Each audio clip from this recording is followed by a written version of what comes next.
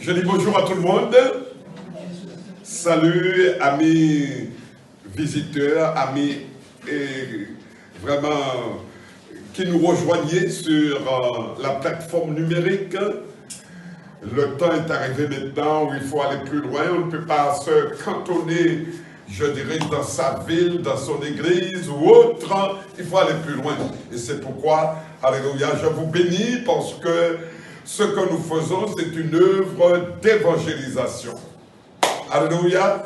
C'est pourquoi, chers bien-aimés, je vous rappelle que nous sommes en train de réaliser un petit séminaire qui a pour terme, si vous voulez, ouvrir un passage pour le roi de gloire.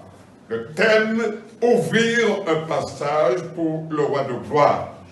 Et le support biblique, chers bien-aimés, c'est simplement, c'est très simple, le psaume 24, verset 7.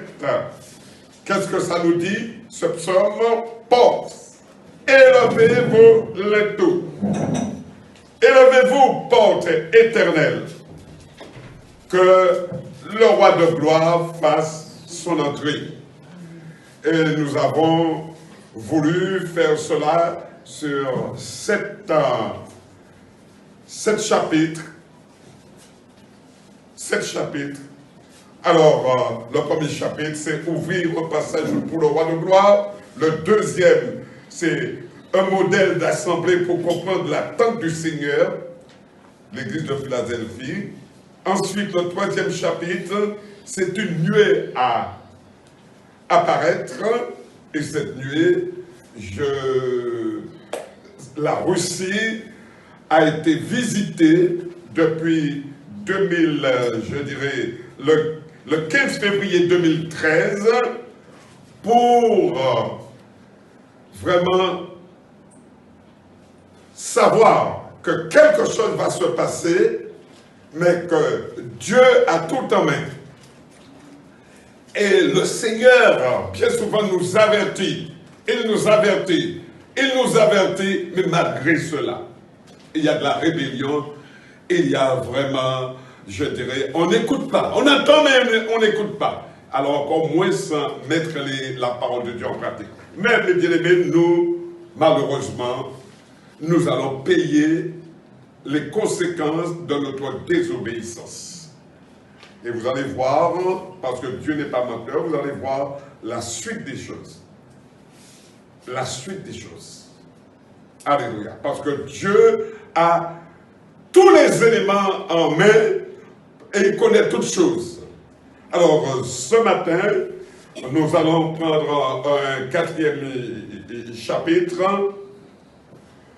C'est, mes bien-aimés, un chant que le prophète Ésaïe, eh bien, il célèbre dans son temps, parce que dans son temps, il y avait vraiment, le peuple d'Israël était désordonné, avait abandonné la main de Dieu. Et ce prophète, cher bien-aimé, il a chanté un chant particulier. Alléluia. Ça s'est réalisé, mais pas dans son temps, parce qu'il est parti. Alléluia. C'est aujourd'hui, Ésaïe 26, verset 2. Ésaïe 26, verset 2.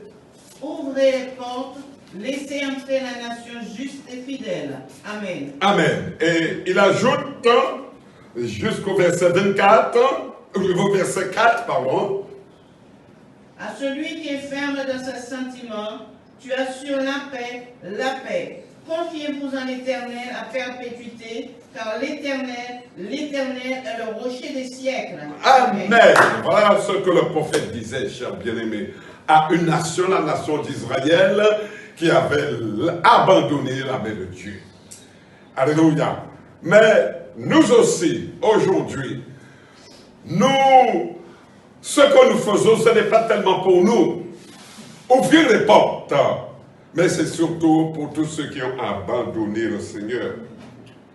Donc le but de cette, je dirais, de cette exhortation, c'est surtout aller chercher les brebis perdues. les brebis égarées qui se trouvent sur toute la terre. Toute la terre, chers bien-aimés. Prenez avec moi Jérémie 50, verset 6. Oh! Mon peuple était un troupeau de brebis perdues.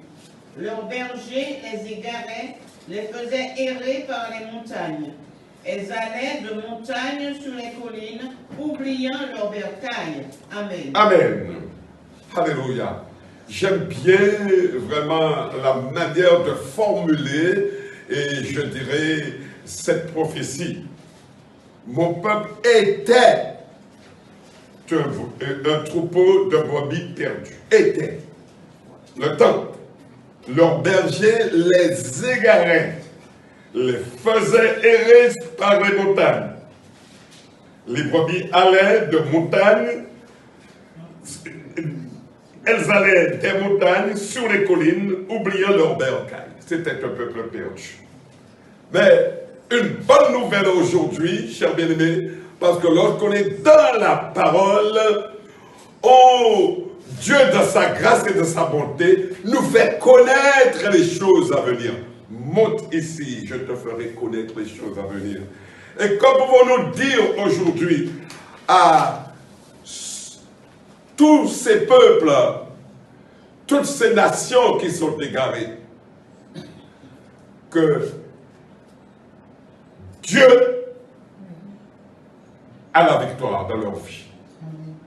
C'est pourquoi plusieurs prophètes ont déclaré, et nous sommes justement dans cette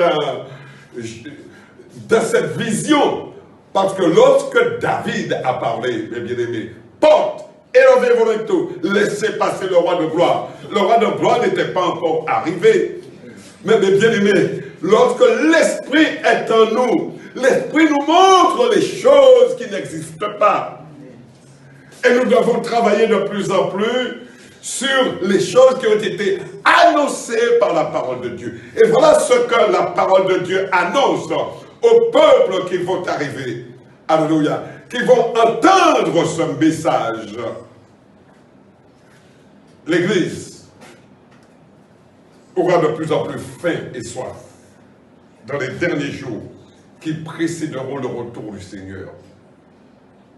Le Saint-Esprit créera chez l'épouse de Christ un intense désir de sainteté, de pureté, d'adoration et de révélation.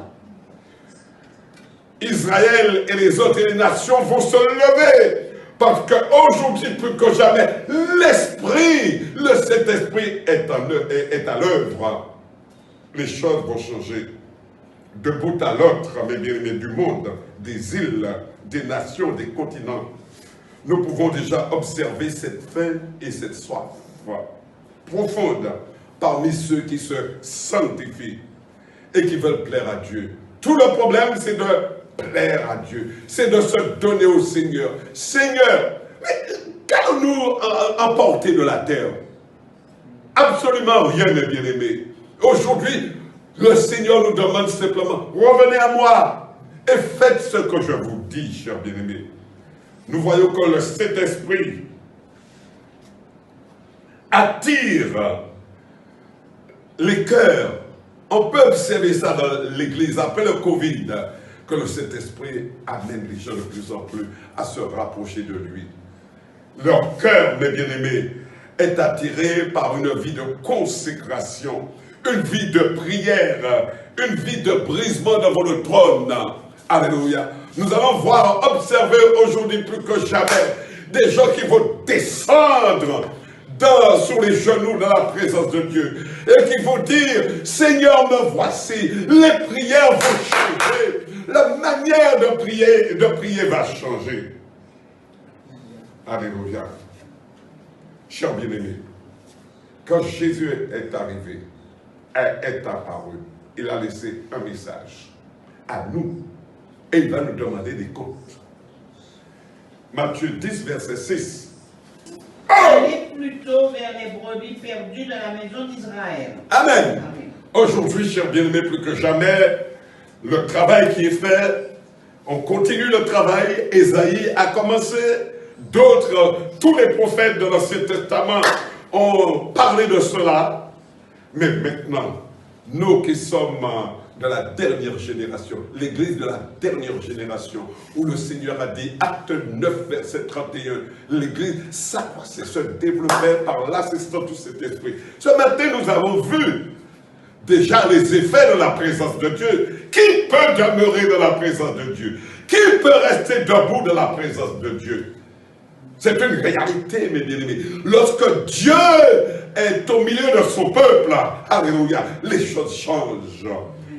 Amen. Les choses changent. C'est pourquoi, chers bien-aimés, peut-être que l'Ukraine n'a pas vu venir cette guerre atroce, injuste. Mais nous, chrétiens, nous savons comment les choses vont se finaliser. Si nous sommes dans la parole, mes bien-aimés, nous savons que Dieu ne va jamais nous abandonner, que Dieu va nous conduire, que Dieu sera là avec nous. Nous allons le louer, nous allons le bénir, ce sera la joie dans le ciel. Amen. Alléluia. La question que j'aimerais rapidement voir avec vous. Pourquoi le peuple élu de Dieu, Israël, a-t-il eu autant de problèmes? Et jusqu'à maintenant. Parce que nous qui venons, qui aidons, et alléluia, parce que nous sommes issus de cette race royale par la grâce de Dieu. Et c'est pourquoi nous devons de plus en plus prier pour Israël. Alléluia.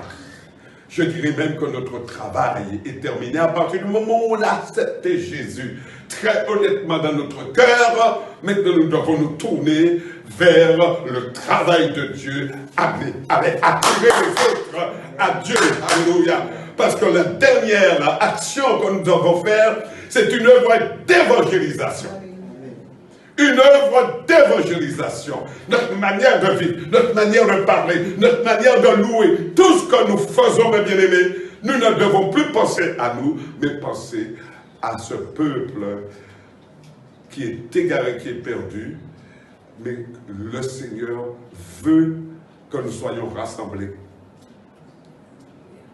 Psaume 50, verset 5, 5, 6. Psaume 50, verset 5, 6. Rassemblez-moi, mes fidèles, qui ont fait alliance avec moi par le sacrifice, et les cieux publieront sa justice, car c'est Dieu qui est juge. Amen. Amen. Nous ne devons pas juger, mais c'est Dieu qui est juge. Le Seigneur nous a demandé simplement de rassembler, rassembler, rassembler. Briser tout esprit de division, tout esprit de jugement. Et alléluia, allez vers les autres, mes bien-aimés. Pour bien comprendre, très rapidement, parce que le temps manque, pour bien comprendre vraiment comment Dieu nous utilise pour vraiment entrer dans ce champ d'Ésaïe. Reprenez avec moi Ésaïe 26, verset 1. Ésaïe 26, verset 1. En ce jour, on chantera ce cantique dans le pays de Juda. Nous avons une ville forte. Il donne le salut pour muraille et pour rempart. Amen. Amen. Chers bien-aimés, alléluia. L'Esprit de Dieu en nous doit nous amener à parler vraiment des choses qui vont arriver, à louer le Seigneur, à être avec les anges. Parce que sur la terre, lorsque vraiment nous menons une vie agréable à Dieu, il y a vraiment une corrélation, il y a une osmose, il y a quelque chose qui se passe avec les anges dans le ciel. Oh Dieu! Nous allons voir un homme qui s'appelle Philippe, après des milliers d'années. Il va faire une action extraordinaire. C'est pourquoi il vous dit, ne limitez pas Dieu. Dieu peut utiliser n'importe qui au milieu de nous. N'importe qui. Une question simplement, je dirais, d'amour. Nous allons prendre Acte 8, versets 5 à 17. Acte 8, 5, 17. Philippe étant descendu dans une ville de la Samarie, il prêcha le Christ. Les poules tout entières étaient attentives à ce que disait Philippe lorsqu'elles apprirent et virent les miracles qu'il faisait. Car des esprits impurs sortirent de plusieurs démoniaques en poussant de grands cris, et beaucoup de paralytiques et de boiteux furent guéris. Il y eut une grande joie dans cette ville. Il y avait auparavant dans la ville un homme nommé Simon qui, se donnant pour un personnage important, exerçait la magie et provoquait l'étonnement du peuple de la Samarie. Tous, depuis le plus petit jusqu'au plus grand, l'écoutaient attentivement et disaient: celui-ci est la puissance de Dieu, celle qui s'appelle la Grande. Ils l'écoutaient attentivement parce qu'il les avait longtemps étonnés par ses actes de magie. Mais quand ils eurent cru à Philippe, qui leur annonçait la bonne nouvelle du royaume de Dieu et du nom de Jésus-Christ, hommes et femmes se firent baptiser. Amen. On peut s'arrêter là, chers bien-aimés. L'action de Philippe, un homme rempli de l'esprit. Il était diacre, mais bien-aimé. Il avait 4 filles vierges qui prophétisaient. Cet homme avait un amour pour Dieu. Il avait vraiment un témoignage puissant. Et l'Esprit l'a dirigé vers la ville de Samarie. Une ville, mes bien-aimés, qui avait été vraiment conquise par le diable. Une ville, alléluia, ville de Dieu, que le diable avait assiégée et avait fait un travail terrible. Et des centaines d'années plus tard, eh bien, un homme se lève avec une option prophétique et commence à faire un certain travail. Alors, quand s'était-il passé dans cette ville, mes bien-aimés? Eh bien, je vais vous le dire. Et vous serez surpris de voir que lorsque vous êtes dans une ville, il faut connaître l'histoire de la ville. Lorsque vous allez évangéliser avant même de partir, eh bien, il y a tout un travail à faire. Parce que l'esprit, alléluia, de la ville peut agir sur vous et peut vous permettre de comprendre beaucoup de choses, la réaction des gens. Pourquoi? Et l'esprit aussi vous attend. Parce que c'est un travail, alléluia, lorsque vous faites l'évangélisation, eh bien, c'est esprit contre esprit. Hein? On ne va pas vous faire le cadeau, vous êtes attendus. Alléluia. 2 Rois 17, versets 6 à 12. La 9e année d'Osée, le roi d'Assyrie prit Samarie et emmena Israël captif en Assyrie. Il les fit habiter à Chalach et sur Chabor, fleuve de Goza, et dans les villes de Médès. Cela arriva parce que les enfants d'Israël péchèrent contre l'Éternel leur Dieu, qui les avait fait monter du pays d'Égypte, de dessous la main de Pharaon, roi d'Égypte, et parce qu'ils craignaient d'autres dieux. Ils suivaient les coutumes des nations que l'Éternel avait chassées devant les enfants d'Israël et celles que les rois d'Israël avaient établies. Les enfants d'Israël firent en secret contre l'Éternel, leur Dieu, des choses qui ne sont pas bien. Ils se bâtirent des hauts lieux dans toutes leurs villes, depuis les tours des gardes jusqu'aux villes fortes. Ils se dressèrent des statues et des idoles sur toute colline élevée et sur tout bois vert. Et là, ils brûlèrent des parfums sur tous les hauts lieux, comme les nations que l'Éternel avait chassées devant eux, et ils firent des choses mauvaises par lesquelles ils irritèrent l'Éternel. Ils servirent les idoles dont l'Éternel leur avait dit: vous ne ferez pas cela. Bien-aimés, la sanction a été tout de suite appliquée, la déportation des Israélites. Alléluia. Ils s'étaient mis à adorer d'autres divinités et à suivre les coutumes des nations païennes, influencées par leur mauvais roi. Amen. Amen. Les Israélites devenus, chers bien-aimés, infidèles, avaient rompu l'alliance de Dieu et méprisé ses lois. Leur apostasie s'était manifestée de deux façons. Ils avaient adopté les coutumes des nations rejetées par le Seigneur, et ensuite ils s'étaient livrés au culte des veaux institué par les rois d'Israël. Et ils étaient tombés dans l'idolâtrie. Ils ne croyaient plus à Dieu. C'est pourquoi, chers bien-aimés,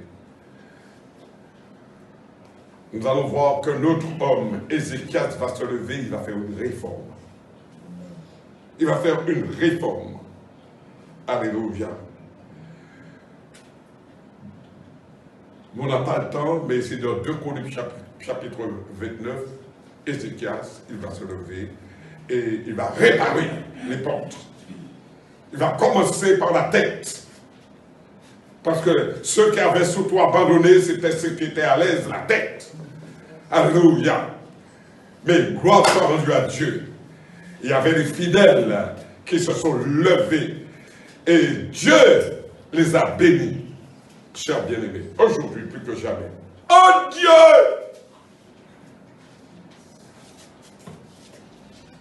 Nourrissons le peuple de Dieu. Une chose importante, mes bien-aimés, c'est lorsque vous avez vraiment un élevage, que vous puissiez bien les nourrir, les paître. Amen. Allez chercher les brebis égarées se trouvant sur toute la terre. Par ce que vous faites, ne serait-ce que être là, chaque matin, vous exercez vous pratiquez ce qu'on appelle la fidélité. Dieu est fidèle. Ce que sa bouche a déclaré, sa main l'accomplira. Et si vous entrez dans cette dimension, dans cette valeur spirituelle, les attributs de Dieu, la droiture, la fidélité, la persévérance, vous verrez la gloire de Dieu et vous serez surpris du travail que vous ferez parce que vous réussirez dans le travail. Que Dieu vous garde et que Dieu vous bénisse.